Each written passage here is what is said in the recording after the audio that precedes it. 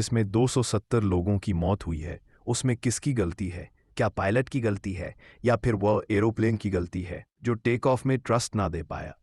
Airplane manufacturer कहते हैं कि यह पायलट की गलती है। वो कहते हैं लैंडिंग गियर के बजाय विंड स्लैप्स अंदर कर दिए, पर विंड स्लैप्स नहीं खोलते हैं तो वार्निंग लाइट जलने लगती है जिससे पायलट को पता चल सके। तो इसकी संभावना बहुत कम है कि यह पायलट की गलती हो सकती है। एक्सपर्ट कैप्टन सुहेल होंडा के मुताबिक तो अगर ड्रीमलाइनर फ्लैप्स के बिना 600 फुट तक पहुंच जाता है तो फिर कोई दिक्कत नहीं आनी चाहिए, क्योंकि इसके ऊपर ले जाने के लिए एक इंजन भी काफ़ी होता है। तौर पर एक ही पॉसिबिलिटी बचती प्लेन में अचानक से टोटल पावर लॉस हो जाए, और ऐसा होने का एक बड़ा सबूत आर्यन के वीडियो में देखने के लिए मिलता है। करीब से देखोगे तो इसलिए ये वीडियो में जो प्लान है उसके नीचे एक और ऑब्जेक्शन दिखाई देगा। कई सारे एक्सपीरियंस पायलट और एक्सपर्ट्स के मुताबिक ये चीज़ एक रेट है। ये एक छोटा सा विंड टर्बाइन है जो टोटल पावर लॉस पर खुलता है। जब इंजन काम करना बंद कर देते हैं तब यह टर्बाइन ऑटोमेटिकली बाहर निकाल कर आता है और हवा में तेज तेज घूमकर पावर जनरेट करने लगता है। इससे ज्यादा बिजली तो जनरेट नहीं होती, लेकिन इतनी जरूर होती है कि इमरजेंसी सिचुएशंस में एरोप्लेन में कुछ क्रिटिकल इलेक्ट्रिकल हाइड्रोलिक सिस्टम काम कर सके।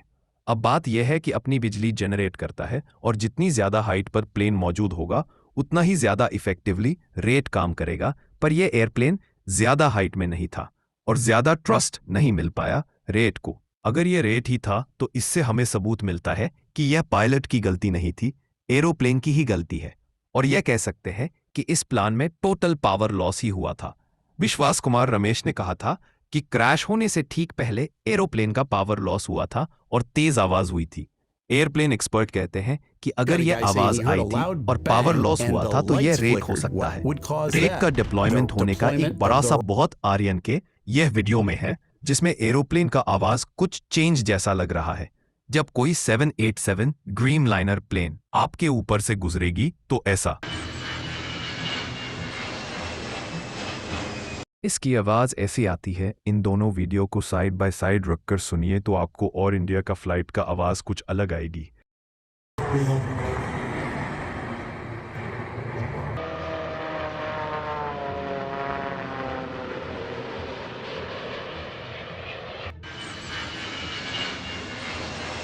इससे यह बात लगभग क्लियर हो जाती है कि रेट सही में डिप्लॉय हुआ था। लेकिन अगला सवाल उठता है कि रेट डिप्लॉय क्यों हुआ था। बड़े बड़े तौर पर 3 ऐसा वजह है जिससे रेट डिप्लॉय हो सकता है। पहले, जो प्लेन में टोटल इलेक्ट्रिकल लॉस हो जाए। दूसरा, इनमें हाइड्रोलिक फेलियर होती सरा प्लेन में दोनों इंजन फेल हो जाए और एरोप्लेन में पावर सोर्स से ना बचे। दोनों इंजन फेल होने को डबल इंजन फेलियर कहा जाता है, जो एक्चुअली में बहुत ही रेयर चीज़ है। यह इतना रियल चीज़ है जो 70 साल में ड्यूअल इंजन फेलियर के साथ मामले ही आए हैं। लेकिन हमारे केस में एक दो पॉसिबिलिटी है कि यही हुआ था। प्लेन क्रैश होने से पहले पायलट ने एयर ट्रैफिक को कहा था ट्रस्ट नहीं मिल रहा है, मेडे मेडे मिल रहा। Trust not achieved. Falling, falling. Mayday, mayday, mayday. जब प्लेन उड़ाता है तो उसकी हवा तेज जी से इंजन से निकलते हैं तो उसे ट्रस्ट कहते हैं।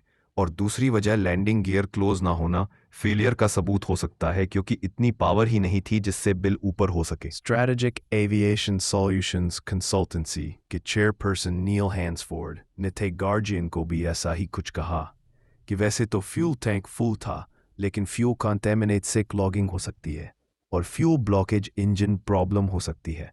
फ्यूल कंटेमिनेशन होने की कारण हो सकते हैं। इसके कई कारण हो सकते हैं, जैसे कि फ्यूल में पानी होना, कचरा होना, डस्ट होना, प्ले होना, रेस्ट होना एवं माइक्रोवेव ग्रंथ भी हो सकता। डीजल व्हीकल में इस्तेमाल किया जाता है, वह अगर जेट फ्यूल के साथ मिक्स हो जाए तो नॉन सॉल्युबल क्रिस्टल बन सकते हैं, जो एक्चुअली में जाकर एक बार फिर से लॉग इन कर सकते हैं। 2019 में अमेरिका में इसी तरह के 3 केसेस सामने आए थे। मार्च 2019 में गोइंग 787 को जापान में फ्यूल कंटेमिनेशन की वजह से ही ड्यूल इंजन मेल फंक्शन सहना पड़ा। पायलट सेफ प्लेस प्लेन को लैंड कर पाए थे इसके बावजूद भी। लेकिन अगर इस एयर इंडिया सप्लायर पर भी आए, अहमदाबाद एयरपोर्ट पर 3 फ्यूल सप्लायर है, इंडियन ऑयल, भारत पेट्रोलियम और रिलायंस। फ्यूल कंटेमिनेशन होने का मतलब है कि इस फ्यूल की टेस्टिंग ढंग से नहीं हुई। तो हम ये कह सकते हैं कि ये एरोप्लेन की ही गलती थी, पायलट की गलती नहीं थी। अगले वीडियो में हम बताएंगे कि ये पावर लॉस कैसे हुआ और कैसे एरोप्लेन मेडिकल कॉलेज में क्रैश हो गई थी। थैंक्स फॉर वॉचिंग, और पार्ट 2 के लिए कमेंट करिए। पार्ट 2 जल्दी मिलेंगे अगले वीडियो के साथ।